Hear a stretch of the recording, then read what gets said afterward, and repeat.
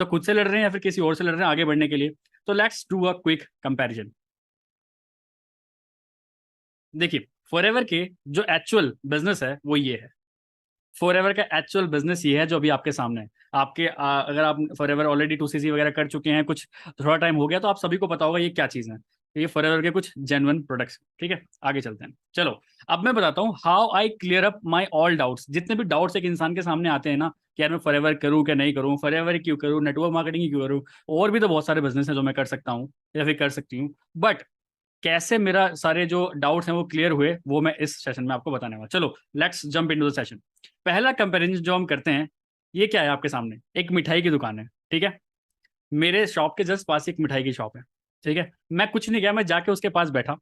बहुत बढ़िया उसकी दुकान चलती है, बहुत बढ़िया। अब मिठाई की दुकान में आपको क्या लगता है सबसे बड़ी अच्छी अच्छी चीजें क्या होती हैं? चलो कुछ एडवांटेजेस बताओ कि अगर किसी की मिठाई की शॉप है तो उसके लिए क्या एडवांटेज है, कोई बताना चाहेगा?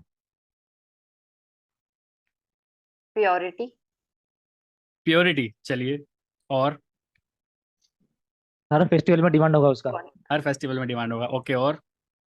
हर तरह का कस्टमर अप्रोच करेगा। हर तरह का कस्टमर अप्रोच करेगा, चलिए बहुत बढ़िया। और? लोकेशन भी सही कस्टमर होना उसके चाहिए। पास आते हैं, उसको कस्टमर के पास नहीं जाना पड़ता। कस्टमर उसके पास आता है, ओके, बहुत बढ़िया। और देखिए, मास्टरमाइंड सेशन है, बहुत अच्छे अच्छे पॉइंट्स आप भी निकाल के दे रहे हो मेरे को। सीजनल आगे। बेस्ड नहीं है, ऑल सीजन ऑल सीजन में चलेगी मिठाई की दुकान, ठीक है, बहुत बढ़िया। और? लोकेशन भी सही होना चाहिए। लोकेशन सही होना चाहिए, चलिए। और? चलिए, आप लोगों ने सब उसकी अच्छाई बताई। अब मैं उस मिठाई वाले का दर्द बताता हूँ। देखिए कितना काम करना पड़ता है एक मिठाई वाले को। पहली बात तो वैरायटीज रखनी पड़ेंगी। मान के चलते हैं आपको काजू कतली खाने का मन है, और काजू कतली उसके पास नहीं मिली, तो जिंदगी में दोबारा कोई कस्टमर उसके दुकान पर चढ़ेगा नहीं। एम आई राइट? आप भी कभी किसी कस्टमर के पास जाओगे, आपको काजू कतली खानी है, एक शॉप पे आपको नहीं मिली, आप कभी नहीं चढ़ोगे उसके शॉप पे काजू कतली का, मतलब कुछ भी और लेने भी। जिसकी दुकान से आपको काजू कतली मिल गया वहीं जाओगे। मानते हो इस बात को? दूसरी चीज, हमेशा इसको अट्रैक्टिव दिखना पड़ेगा। क्या कभी ऐसा हो सकता है कि किसी मिठाई की दुकान में आप गए, वहां पे गंदगी हुई तो आप जाओगे? चलो एक बार चले गए, क्या दोबारा कभी जाओगे अगर वहां पे गंदगी हुई तो?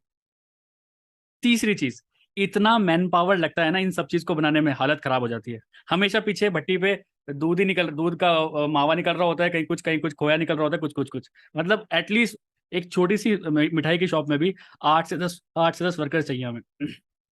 मानते हो इस बात को? इसके बाद जो सबसे बड़ी दर्द उसने बताया मेरे को दर्द की बात, यार हर मिठाई ना 7 दिन के अंदर खराब हो जाती है। तो अगर मैंने काजू कतली 5 किलो बना के अपने काउंटर पर रख दी, तो अगले 7 डेज में मेरे दिमाग में प्रेशर रहता है कि मेरे को इस 7 किलो मिठाई को, या फिर जितनी भी बनाई हो उसने 10 किलो मिठाई को, 7 दिन के अंदर अंदर बेचना है।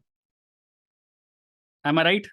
ये हमें नहीं दिख रहा बाहर से, हमें तो लग रहा है मिठाई की दुकानें बहुत बढ़िया चल रही है, बट एक्चुअल जो दर्द उसने मेरे को बताया मैं वो आपको बता रहा हूँ। ठीक है, गर्मियों के सीजन में कोई मिठाई नहीं खाता, सीजन्स पे ही खाते हैं। और आजकल तो आपने देखा होगा मिठाइयों का वैसे ही ट्रेंड बहुत कम हो गया है, लोग मिठाइयाँ आजकल कम यूज करते हैं। ठीक है, अब मैं बताना क्या चाहता हूँ यहाँ से अब अब मिठाई वाले का प्रोडक्ट क्या है? मिठाई। हम फॉरएवर वालों का प्रोडक्ट क्या है? फॉरएवर का प्रोडक्ट। क्या हमारे फॉरएवर का प्रोडक्ट सीजनल है? नहीं।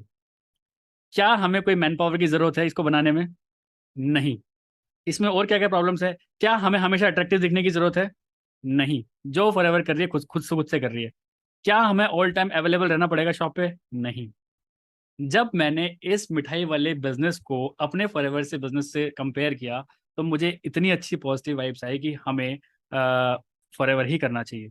मान के चलते हैं कि मेरे पास ये हीट लोशन है, क्या ये 7 दिन में खराब हो जाएगी? 3 साल की मैन्युफैक्चरिंग है इसकी, 3 साल में तो बेच ही दूंगा ना। लेकिन वहीं काजू कतली मेरे को 7 दिन के अंदर बेचनी ही पड़ेगी, वरना वो खराब हो जाएगी। और ये खराब होने के बाद भी कहीं ना कहीं चल जाएगी, लेकिन वो कहीं नहीं चलेगी। मानते हो इस बात को? समझ में आया थोड़ा सा मैं क्या कंपैरिजन करके दिखाना चाहता हूँ आपको? कि अगर आपके दिमाग में कभी भी ऐसा भी लग रहा है ना कि यार फॉरएवर से इजी तो और सारे बिजनेस होते हैं, तो देखो फॉरएवर के अलावा जो बिजनेस है उसमें क्या हो रहा है।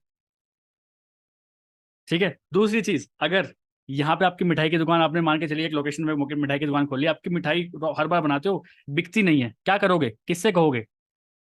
यू डोंट हैव एनीबडी आप किसी से अपना दुख दर्द शेयर कर पाओ। But in forever living products you have a upline, you have a company customer care, जिससे आप अपनी दुख दर्द बांट सकते हो। तो ये चीज जब मैं कंपेयर करता हूँ तो मुझे बहुत अच्छी लगती है। ठीक है, इसके अलावा कोई और पॉइंट मतलब ऐड करना चाहेगा इस चीज में, वरना फिर हम नेक्स्ट पे चलते हैं। किसी के दिमाग में कुछ भी पॉइंट आ रहा हो, क्योंकि ये मास्टरमाइंड सेशन है, अपना दिमाग के घोड़े दौड़ाइए कि क्या कंपैरिजन हो सकता है एक मिठाई वाले में एक फॉरएवर वाले में। एम्प्लॉय रिटेंशन करने के लिए भी तकलीफ जाएगी। बहुत ही शानदार पॉइंट है, बहुत शानदार पॉइंट। मान के चले एक कोई रावत मिठाई वाला है, और उसका कोई एक चंदू नाम का बंदा है जो कि काजू कतली बहुत अच्छी बनाता है। वेदांति जी ने बिल्कुल सही कहा, वो 15,000 रुपये ले रहा है, उसकी डिमांड चलेगी मैं 25,000 लूंगा वरना नहीं बनाऊंगा। और वो रावत वाला ना ढूंढता रहेगा, हाथ जोड़ेगा उसको कि भाई प्लीज यार तू ही आ जा, क्योंकि लोगों को काजू कतली तेरे हाथ की पसंद है। बट क्या हम बाउंड है यहाँ पे? हमें कैसा भी प्रेशर है नहीं है। तो वेरी गुड वेदांति जी, बहुत अच्छा पॉइंट लगा आपने। चलिए नेक्स्ट चलते हैं। अब ये किसकी दुकान है? जनरल स्टोर है, medicine shop. General grocery store है। स्टोर। ये जनरल जनरल स्टोर है एक तरह से, है ना, परचून की दुकान जिसे कह सकते हैं हिंदी में।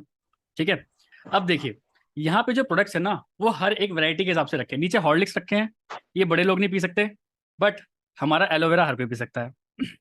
छोटे से बड़ा हर कोई पी सकता है। मानते हो इस बात को? दूसरी चीज, इनकी भी एक्सपायरी होती है, मान के चलते हो 1 साल की एक्सपायरी सबकी होती है। 1 साल बाद ये भी खराब हो सकते हैं, खैर हमारे प्रोडक्ट्स भी खराब हो जाते हैं, इसमें कोई ऐसा बड़ा इशू नहीं है। दूसरी चीज, जो ये जैम्स इधर टंग रहे हैं ना, ये आप देख रहे हो जैम्स टंग रहे हैं, कुरकुरे टंग रहे हैं, इनका मार्जिन इतना कम है ना, मैं आपको बता नहीं सकता। अब इसका भी मैं उसके पास गया, वैसे ये मैंने तो गूगल से उठाई है पिक्चर, बट मैं जब एक जनरल स्टोर वाले के पास गया तो उसने बताया कि भाई ये कुरकुरे की जो लड़ी होती है ना, जो 5 रुपए की आती है ना, 12 पीसीज की कितने की आती है? 56 रुपए की। 12 पीसीज की, अगर 5 रुपए वाला एक कुरकुरा है और 12 पीस एक लड़ी जो आती है पूरी की पूरी, आपने देखा होगा दुकान के बाहर टंगी रहती है जो, है ना, वो 5 रुपए के हिसाब से 60 रुपए की आती है अगर हम कोई लेंगे, लेकिन उसको पड़ती है 56 रुपए की। मतलब वो बंदा उन 12 5 5 रुपए वाले कुरकुरे को बेचने के लिए जितना टाइम लगा रहा है तो लगा ही रहा है, लेकिन कितना प्रॉफिट हो रहा है उसको? सिर्फ 4 रुपए। और हमारा कोई भी एक प्रोडक्ट बेच लेना, 200 300 से कम तो मार्जिन है ही नहीं। मैं कह रहा हूँ एलो टर्म भी बेचोगे ना, उसमें भी आपको मार्जिन ज्यादा ही मिल जाएगा उससे, अरे वो भी 1 टाइम है। तो जब मैंने उससे बात पूछी ना कि यार इसमें तेरे को सबसे बड़ी प्रॉब्लम क्या होती है, सबसे बड़ी प्रॉब्लम उसको यहाँ पे ये होती है कि यार वेराइटीज ही नहीं रख पाते हम। मैंने कहा क्यों? हर कोई बंदा कुछ नई चीज मांगता है। अभी उसने मान के चलें कि किसान का जैम रखा है, अब कोई दूसरा बंदा है भैया अमूल का जैम चाहिए मेरे को, तो किसान का मैं खाता ही नहीं हूँ। अब वो परेशान, उसने दही रखना स्टार्ट करी अमूल की, कहता मेरे को तो मदर डेयरी की दही चाहिए यार। तो सोचिए कितना ज्यादा कॉन्फ्लिक्ट और कितना ज्यादा प्रेशर है एक जनरल स्टोर वाले के, उसको कितनी वैरायटीज तो पहले याद रखनी पड़ेगी, उसको स्टॉक करना पड़ेगा और एक्सपायरी से पहले बेचना पड़ेगा। बट हमारे पास क्या है भाई? 3 एलोवेरा है हमारे पास, येलो, नेक्टर, पीचीज और मैंगो, 4 हैं, इसी के अंदर ही खेल है, ज्यादा है ही नहीं वैरायटी।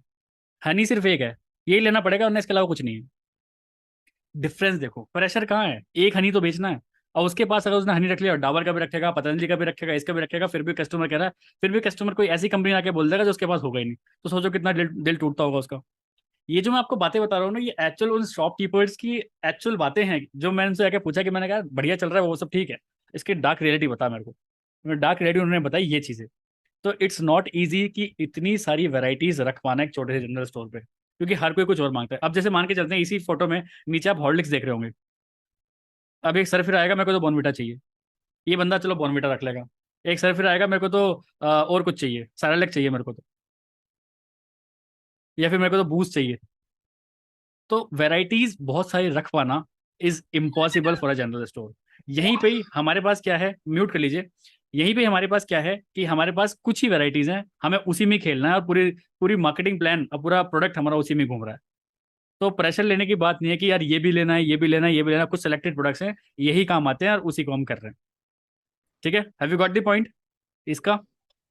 चलिए नेक्स्ट चलते हैं। अब आती है एक बुक स्टोर की बात। एक बुक स्टोर की सबसे बड़ी प्रॉब्लम क्या होती है? मैं उसके पास गया, लोगों को बहुत अच्छा दिख रहा है कि हाँ बुक स्टोर है, बढ़िया चलता है, सब कुछ चलता है। एक तो पहली बार बुक्स में मार्जिन कम है, चलो वो भी देखा जाता है। अब भाई साहब मान के चलते हैं इनके पास फिजिक्स की, केमिस्ट्री की एक बुक रखी है जो कि 11th क्लास की है। तो सोचिए कितने एक लिमिटेड लोगों के लिए एक चीज हो गई। फिजिक्स की किताब जो केमिस्ट्री की है वो सिर्फ वही लोगों के लिए एलिजिबल है जो कि 11th क्लास में है और जिन्होंने साइंस साइड ली है। सिर्फ वही उन्हीं की काम की है। क्या कॉमर्स वालों के काम की है वो? नहीं। क्या 10th क्लास वाले बच्चों के काम की है? नहीं। क्या कॉलेज वालों के काम की है? नहीं। या फिर किसी भी अलग स्टूडेंट के काम की है वो? नहीं। बिल्कुल नहीं। और हर 3 महीने बाद कोर्स, हर 3 साल बाद कोर्स चेंज होता है। जो इनके पास पुरानी किताबें रहती हैं वो रद्दी में ही जाती हैं। बिल्कुल। तो इनका सबसे बड़ी प्रॉब्लम यही है कि इनकी बहुत सारी नॉवेल्स, बहुत सारी चीजें, बहुत सारी किताबें रद्दी में जाती हैं। और इनकी सेल सिर्फ एक बारी, सब इनका सीजन सिर्फ एक बार ही आता है। कब? जब सेशन चेंज होता है। सेशन जब चेंज होता है तभी इनका वो आता है, सीजन आता है। इसके अलावा कोई सीजन ही है इनका। बट क्या हम अपने प्रोडक्ट्स बेचने के लिए कोई सीजन है हमारा? एलोवेरा मैं आज सर्दी में बेच सकता हूँ, आपको गर्मी में बेच सकता हूँ, दिवाली पे भी बेच सकता हूँ, होली पे बेच सकता हूँ, कभी भी बेच सकता हूँ। समझ आया पॉइंट? तो इनके पास जब मैं बैठ के आया तो मेरे को और अच्छा लगा। मैंने कहा यार बात तो सही कह रहे हैं। ठीक है, चलिए आगे चलते हैं। अब आई जूते वाले की दुकान। म्यूट कर लीजिए। अब आई जूते वाले की दुकान। अब हमारे पास घर के पास अच्छी जूते वाले की दुकान भी है। एक सेकंड रुकिए। अच्छी है। जो काम हमदर्द का इम्यूटोन पे रिव्यू भी दो और उसको खुद यूज भी। हाँ, तो अब आ गई जूते वाले की दुकान। सबसे बड़ा प्रॉब्लम तो इन जूते वालों के साथ है, मैं आपको बता रहा हूँ। उसने सबसे बड़ी प्रॉब्लम क्या बताई कि कस्टमर ना बहुत शाना है, या फिर कस्टमर को सेटिस्फाई करना ना जूते की शॉप पे बिल्कुल ईजी नहीं है। कहता वो कैसे? हम कितनी वैरायटीज ले आए। पहली बात तो उनको वैरायटीज दिखाएंगे।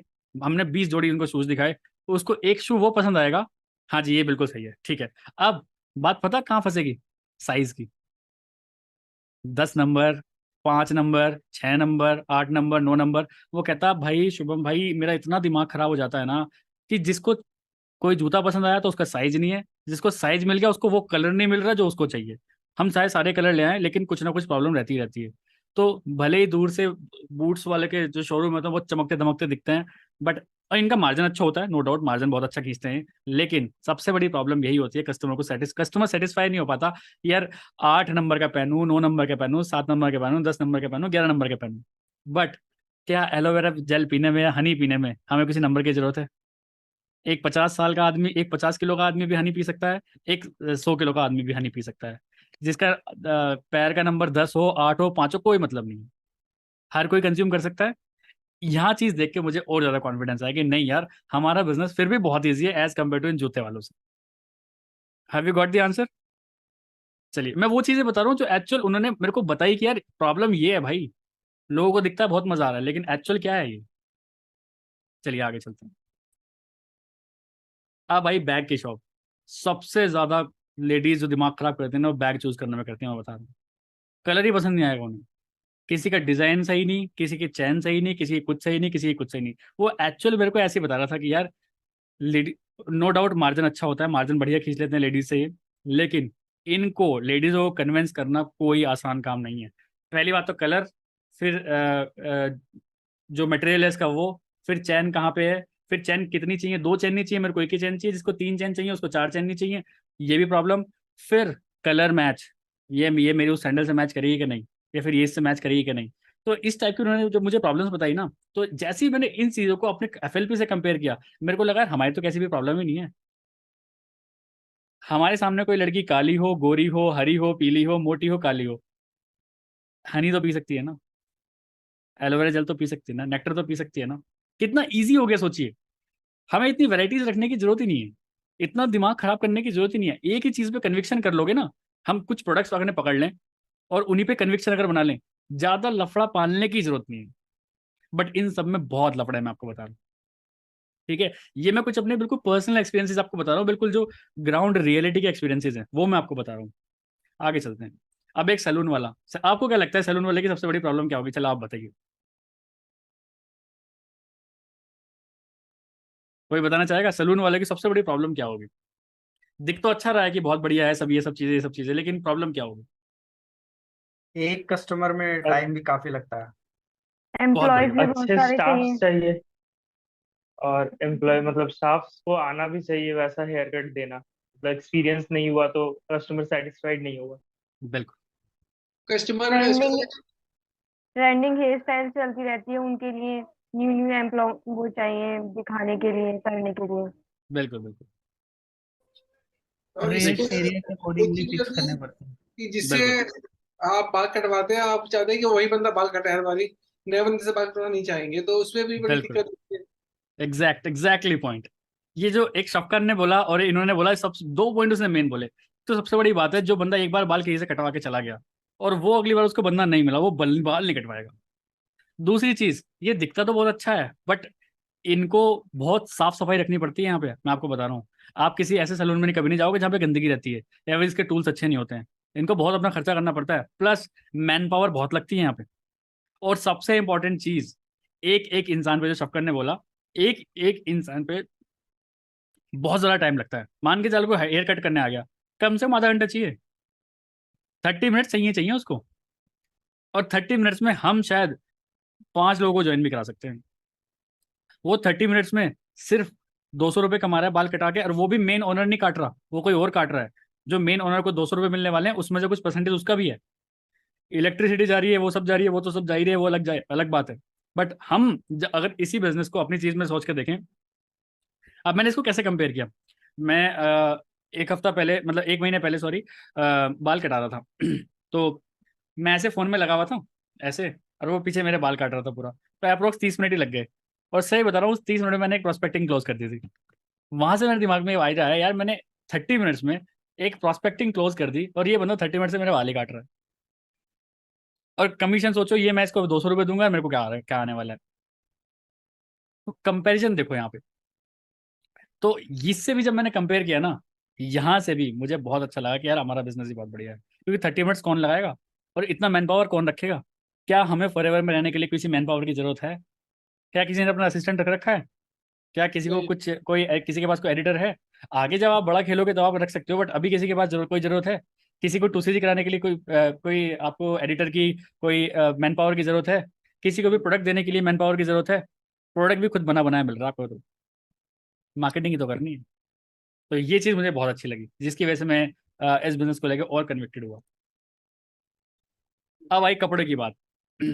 ये लोग भी सबसे ज़्यादा परेशान है मार्केट में। हाँ आई नो, इनको परेशानी इसलिए झेल लेते हैं क्योंकि इनका जो मार्जिन होता है वो अच्छा होता है। 30 to 40% का मार्जिन होता है। कोई भी एक शर्ट 300 की आई, 600 की बिकती है, 500 की बिकती है। बट आजकल लोग इतने चूजी हो चुके हैं। दूसरी चीज़, जब से ऑनलाइन आया है, ऑफलाइन कपड़ा लोगों ने लेना बंद ही कर दिया है। मतलब अच्छी सी चीज़ की मैं बात बता रहा हूँ। लोग बहुत कम पसंद करते हैं लेके आना। लोग नायका खोलेंगे, लोग आजियो खोलेंगे, लोग मिंत्रा खोलेंगे, अरे सेल चल रही है 50% उठाओ। और 2,000 रुपये की चीज़ पीटर इंग्लैंड की जो शर्ट है वो 1,000 की मिल रही है, उठाओ। जनता जाना पसंद नहीं कर रहा बिल्कुल भी।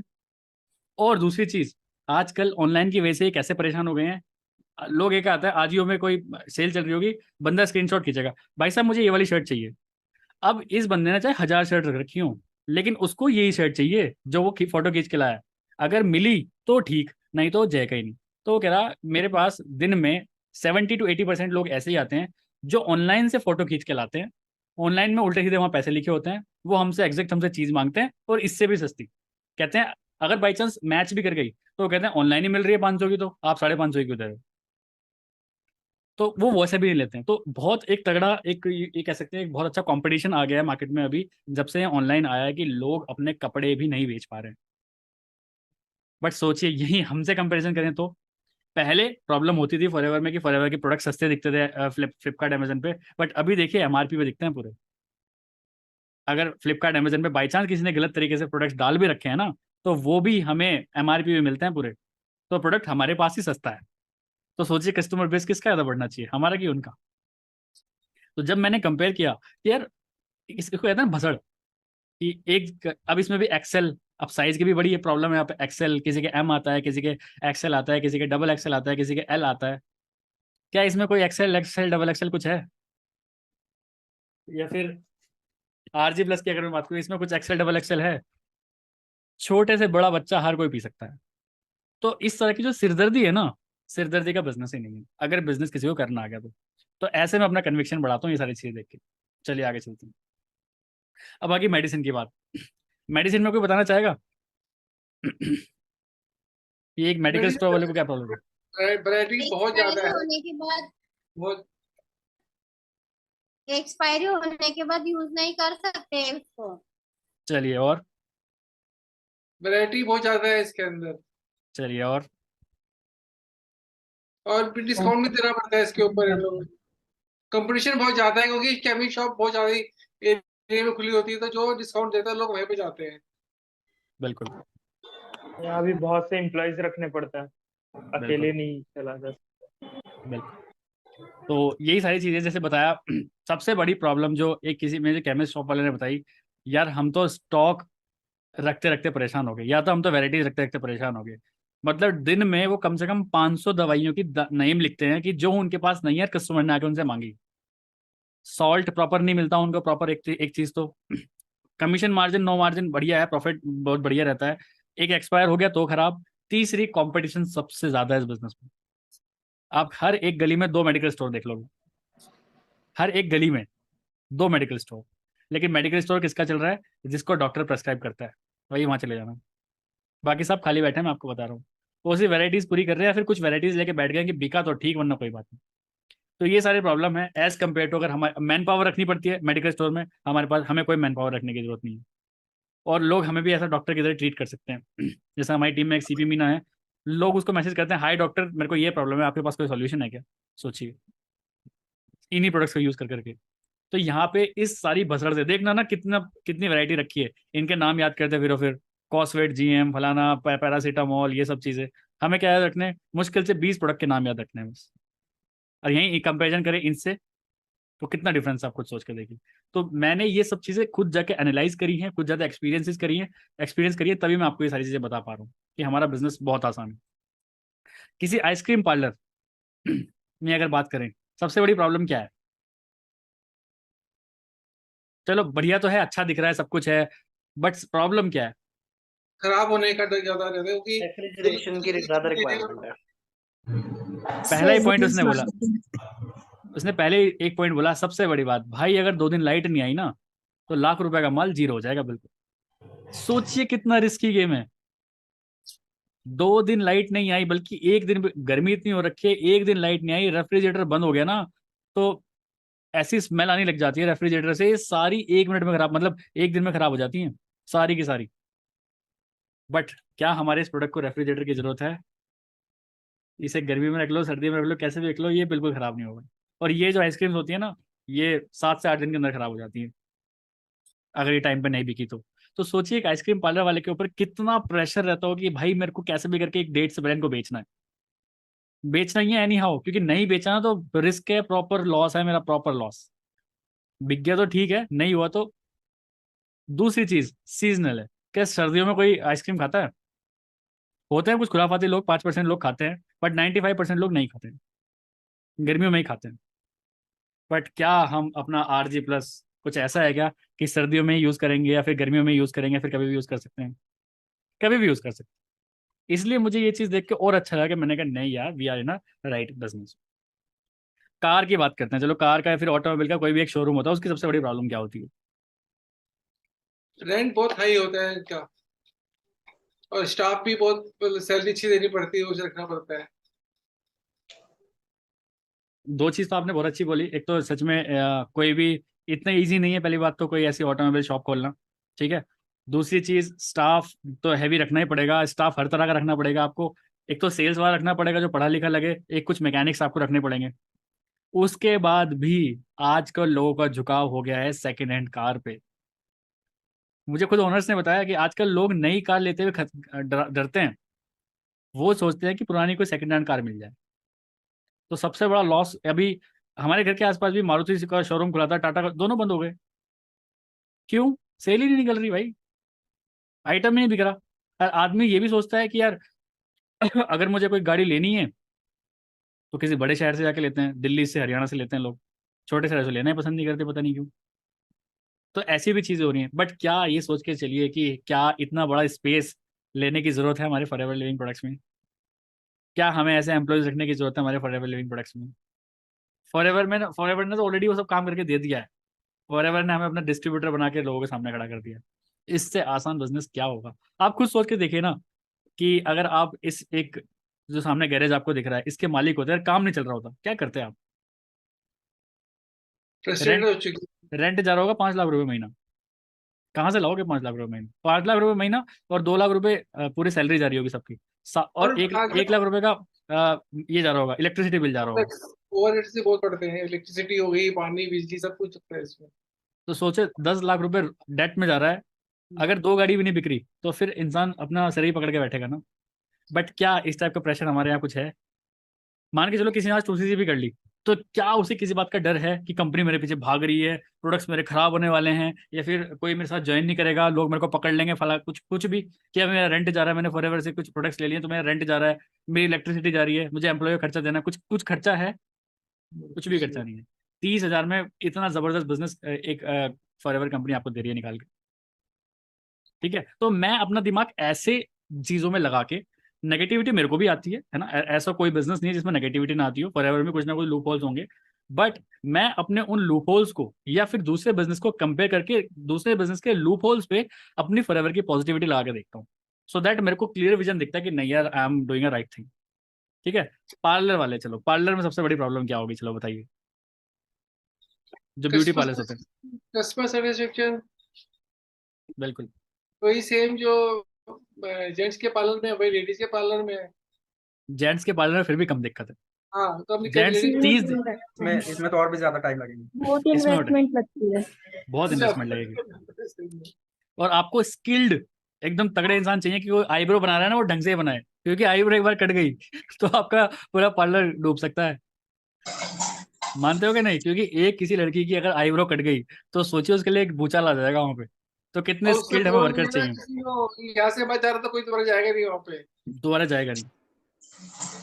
ठीक है, तो यहाँ पे भी बहुत सारा खर्चा है अगर कंपैरिजन करें अपनी फॉरएवर लिविंग प्रोडक्ट्स में।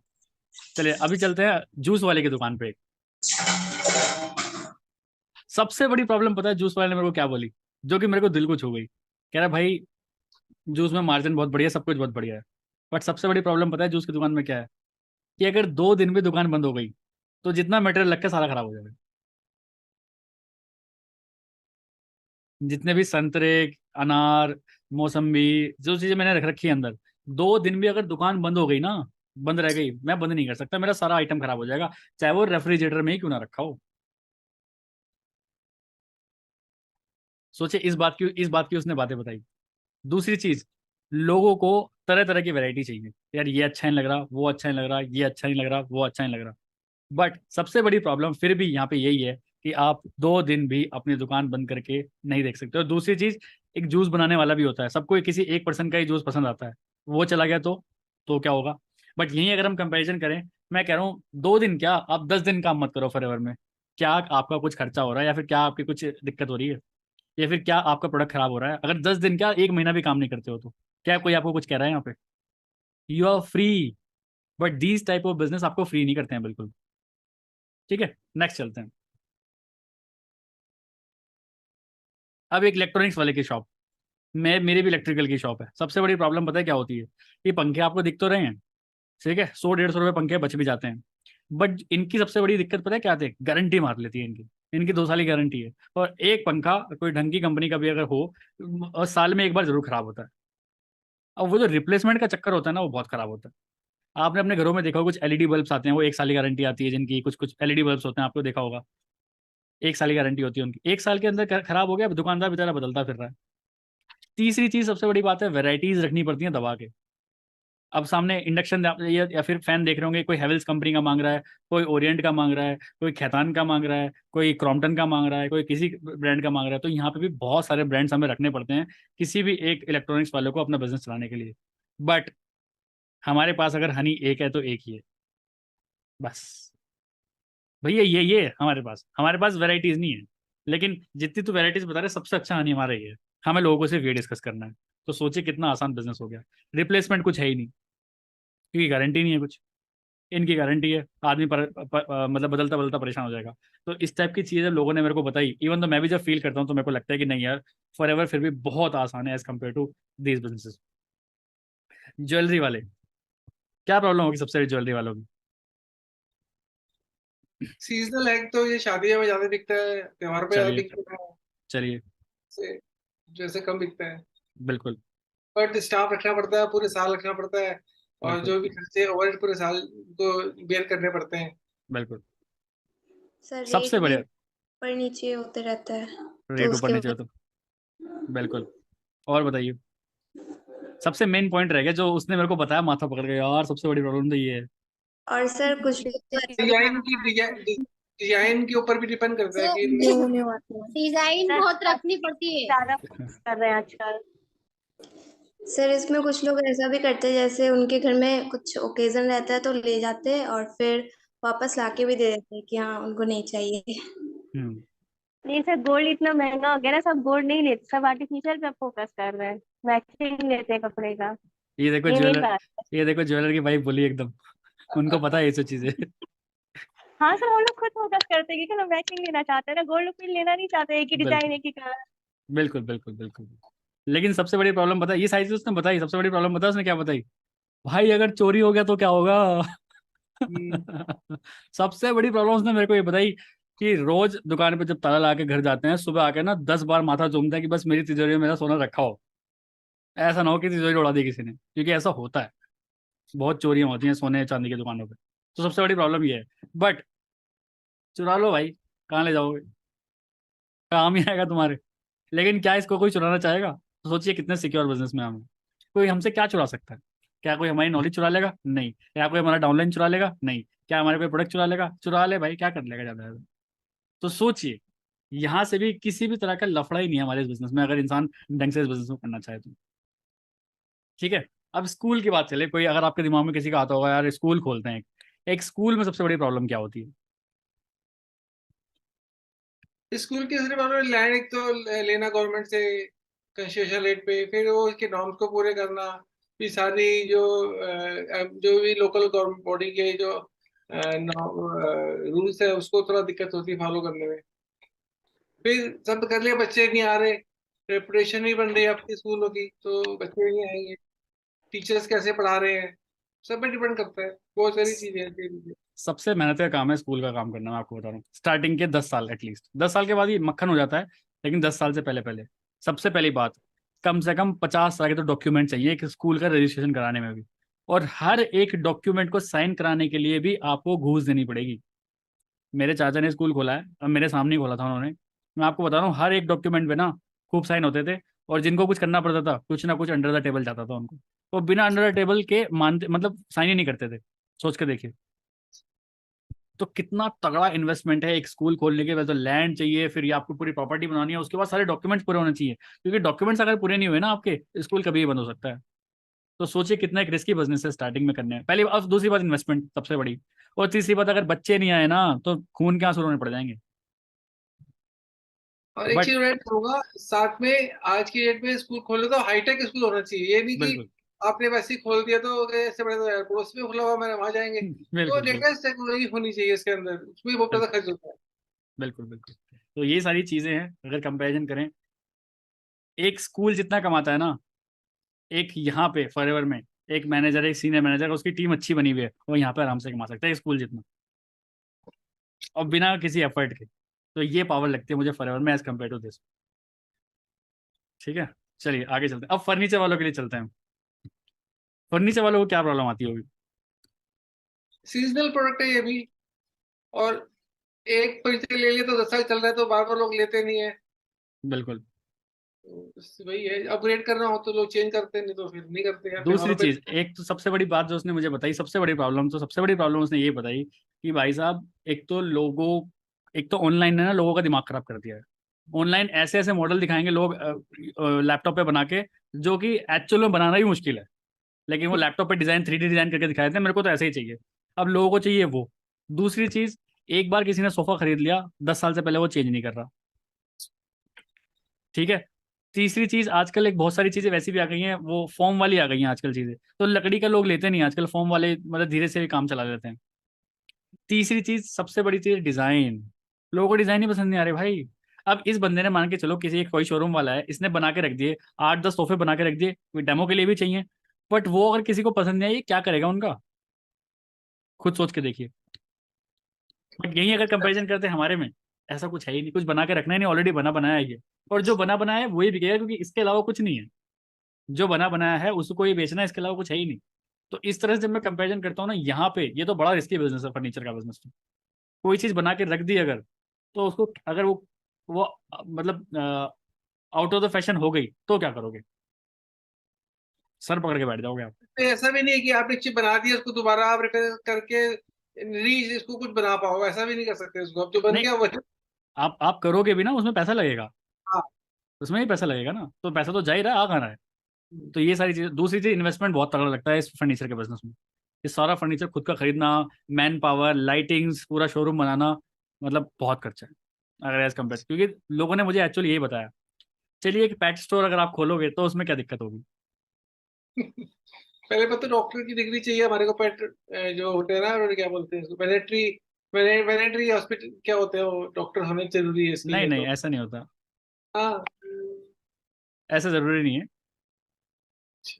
हाँ, आप बिठा सकते हो डॉक्टर, लेकिन ऐसा कोई ज़रूरी नहीं है। चलो मैं उसने बताता हूँ उसने सबसे बड़ी प्रॉब्लम क्या बताई मुझे। एक गया था मैं एक के पास, तो उसने बताया कि सबसे बड़ी प्रॉब्लम बताया यहाँ पे इस बिजनेस में क्या है, कि हम फ्री नहीं है बिल्कुल भी। मान के चलते हैं किसी के कैट है, पपीज हैं, कुछ फिशेज हैं, वो 2 दिन के लिए भी अपना स्टोर बंद नहीं कर सकते। फिशेज को प्रॉपर टाइम पे ऑक्सीजन चाहिए, खाना चाहिए, जितना भी अंदर बच्चे हैं, कैट है, डॉग हैं, उन सबको प्रॉपर खाना चाहिए, तभी वो एक्टिव दिखेंगे, तभी वो बिकेंगे। तो ये सबसे बड़ा रिस्की बिजनेस ऐसा है कि एक बंदा फ्री नहीं है बिल्कुल भी, और 2 से 3 लोग ऐसे चाहिए बिल्कुल जो पेट से बहुत ज्यादा प्यार करते हो, उनको एक्चुअल चीजें पता हो, क्योंकि मछलियां बीमार होती हैं, है ना, बहुत जल्दी बीमार हो जाती हैं, वो मर भी बहुत जल्दी जाती हैं। जितने भी कुत्ते बिल्ली होते हैं ये भी बहुत जल्दी मर जाते हैं अगर उनकी प्रॉपर देखभाल नहीं की जाए तो एटलीस्ट इनके पास 3 से 4 लोग ऐसे होने चाहिए जो इनकी प्रॉपर देखभाल करें। बट क्या ये हमारा हीट लोशन कहीं मर सकता है जब तक इसकी एक्सपायरी ना हो? कैसी कोई देखभाल करनी पड़ेगी, मैं इसे फेंक भी दूं चाहे, कैसी कोई देखभाल करनी पड़ेगी? नहीं। बस हमें अपने इस जो हम चीज कर रहे हैं, जो मैंने आपको सेकंड स्लाइड दिखाई, प्रोडक्ट्स, इनके एक्सपर्ट बनना है हमें, बाकी कोई दिमाग लगाना ही नहीं है। तो ऐसे मैं कंपैरिजन करता हूँ। ऐसे ही नर्सरी वाले हैं, उनको भी बहुत ज्यादा केयर करनी पड़ती है अपनी चीजों के लिए, है ना, बहुत ज्यादा केयर करनी पड़ेगी, प्रॉपर पानी देना पड़ेगा, और कहीं छोड़ के जा नहीं सकते अपने प्लांट को जब तक बिकेगा नहीं। बट हमारे इस केस में ऐसा कुछ भी नहीं है। ठीक है, कोई कैफे अगर आप खोलो तो उसमें सबसे बड़ी प्रॉब्लम क्या है? वही चीज जो हमने काफी सारी डिस्कस कर ली है, जैसे कि लैंड चाहिए आपको, प्रॉपर फर्नीचर चाहिए, प्रॉपर लाइटिंग चाहिए, प्रॉपर ग्राफिक डिजाइनिंग, जो डिजाइनिंग हो रखी है वो चाहिए, खाने का टेस्ट बहुत अच्छा होना चाहिए, क्योंकि एक बार कोई बंदा टेस्ट करेगा उसको अच्छा नहीं लगा दोबारा नहीं आएगा वो, है ना। दूसरी चीज, आप ही सिर्फ अपने चीज का प्रमोशन कर रहे हो, बट हम फॉरएवर में हम तो प्रमोशन कर रहे हैं, और भी लोग फॉरएवर का प्रमोशन कर रहे हैं। मान के चलते हैं कोई एक ये कोई रेस्टोरेंट खुला है, मान के चलते हैं बिगीज नाम से कोई खुला है, चलिए एग्जाम्पल। तो बिगीज को प्रमोट सिर्फ बिगीज वाले कर रहे हैं, और कोई कर रहा है क्या? बट फॉरएवर को हम तो प्रमोट कर रहे हैं, जो लोग फॉरएवर को यूज कर रहे हैं वो भी प्रमोट कर रहे हैं, इवन जो और लोग हमारे कॉम्पिटिटर्स हैं वो भी फॉरएवर को प्रमोट ही कर रहे हैं। तो कहीं ना कहीं ऐसा भी हो सकता है कि उनके कस्टमर्स हमारे तक भी आ जाएं, क्योंकि माल तो हम सेम ही बेच रहे हैं ना। तो ऐसे जब दिमाग अगर चलाते हो, अब मैं ऐसे दिमाग चलाता हूँ, तो मुझे कहीं ना कहीं बहुत पॉजिटिविटी फील होती है कि नहीं यार, we are in a right direction, और we are in a right business. So ये सारी चीजें सोचने के बाद, देखने के बाद, क्या आपको लगा forever is the best platform और नॉट? मैं चाहता हूँ आप सभी लोग एटलीस्ट बताइए कि आपको लगा कि ये सारी चीज कंपेयर करके, जिस तरह से मैंने सोचा और मैंने आपको सोचवाने की कोशिश करी, कि आपको समझने का आपको लगा कि forever is best platform right now in the market, अगर कंपैरिजन करें इतने सारे बिजनेस के साथ, जो कि सिर्फ 30,000 में स्टार्ट हो जाता है, और वो भी 30,000 में आपको प्रोडक्ट्स मिल रहे हैं। बहुत अच्छा बताया आपने, एक जो कंपैरिजन किया बहुत अच्छा था ये। इसे बिल्कुल माइंड ओपनिंग सेशन था आपका। और जो आपने बताया, जिस आप कोई भी ट्रेड ले लो, सैलून ले लो, रेस्टोरेंट ले लो, स्कूल ले लो, सब में प्रॉब्लम्स है। ये तो नहीं कि प्रॉब्लम नहीं है, सब में प्रॉब्लम है। और